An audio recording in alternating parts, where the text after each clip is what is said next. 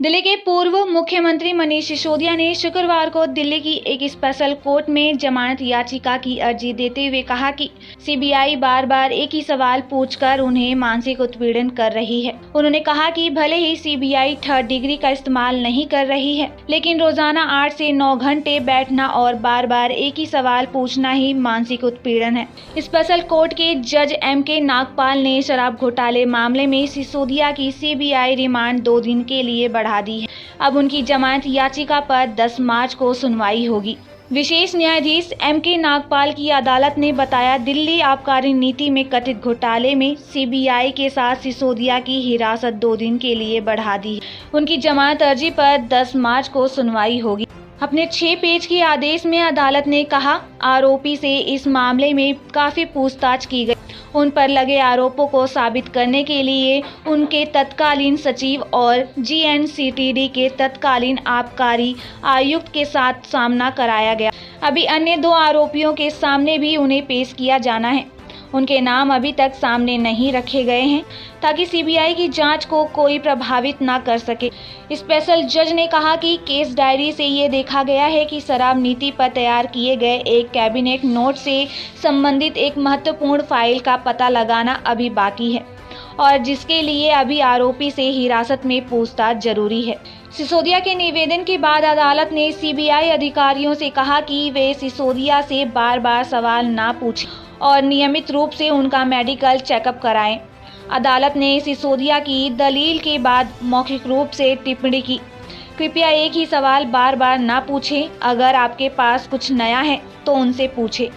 अदालत ने कहा कि यह वांछित है। इस अवधि के दौरान जांच अधिकारी सभी टकराव को पूरा करेगा और इसी हिसाब से पूछताछ भी करेगा।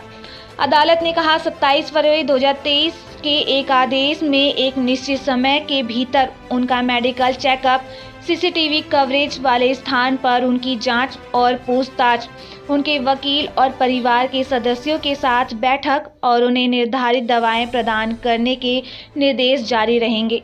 सीबीआई की ओर से पेश हुए सरकारी वकील पंकज गुप्ता ने पहले अदालत को बताया था कि सिसोदिया का अभी कुछ जरूरी गवाहों से आमना सामना होना है, जो समय की कमी के कारण 5 दिन के दौरान नहीं हो सका। सिसोदिया की हिरासत 3 दिन तक बढ़ाने के लिए कहते हुए SPP ने अदालत से यह भी कहा है कि GNCTD की आबकारी नीति तैयार करने के संबंध में तैयार कैबिनेट नोट की लापता फाइल का पता लगाने के लिए उनसे पूछताछ करने की आवश्यकता हो सकती है। SPP ने अदालत को बताया कि 27 फरवरी को दी गई 5 दिनों की हिरासत में से 1 दिन सुप्रीम कोर्ट में चला गया और आप नेता की हर 48 घंटे में मेडिकल जांच कराने में भी काफी समय लगा। सिसोदिया की ओर से पेश सीनियर वकील मोहित माथुर और दयान कृष्णन ने उनकी हिरासत बढ़ाने की सीबीआई की याचिका का विरोध किया।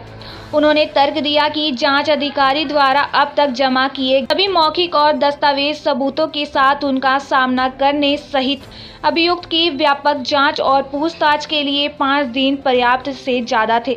आरोपी को और अधिक समय के लिए सीबीआई हिरासत में भेजने के लिए कोई आधार या कारण नहीं था। उन्होंने कहा कि यहां तक कि सीबीआई द्वारा दायर आवेदनों में तथ्य और दलीलें भी अभियुक्तों की सीबीआई हिरासत को आगे किसी भी समय के लिए बढ़ाने के लिए कोई मामला नहीं बचा। उन्होंने तर्क दिया कि जांच एजेंसी न केवल आरोपी की पिछली पुलिस सीबीआई हिरासत को उचित ठहराने के लिए बाध्य है, बल्कि उनसे उनकी नई पुलिस सीबीआई हिरासत या विस्तार की मांग के लिए कुछ नए और वैध आधार भी देने होंगे।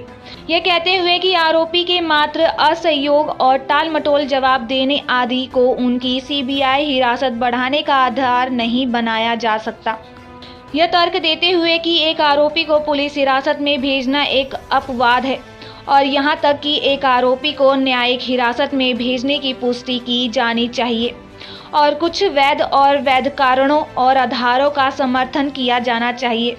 सिसोदिया के वकीलों ने अदालत के सामने संविधान के अनुच्छेद 20(3) का हवाला दिया, जब अदालत ने पहले दिन में सीबीआई से पूछा था कि उनसे 3 और दिनों की हिरासत की जरूरत क्यों है, तो एसपीपी ने जवाब दिया कि सिसोदिया अभी भी सहयोग नहीं कर रहे हैं।